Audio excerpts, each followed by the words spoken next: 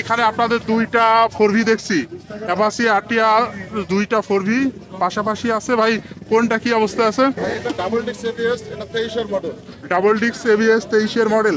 আর আপনার একটা মেহেরপুর রেজিস্ট্রেশন করা আছে, এটা দাম দিচ্ছে 1,65,000। 1,65,000 মেহেরপুরের রেজিস্ট্রেশন। কত কিলোমিটার চলেছে ভাই? এটা আপনার 6,000 মতো চালানো হয়েছে। 6,000 কিলোমিটার চালানো হয়েছে।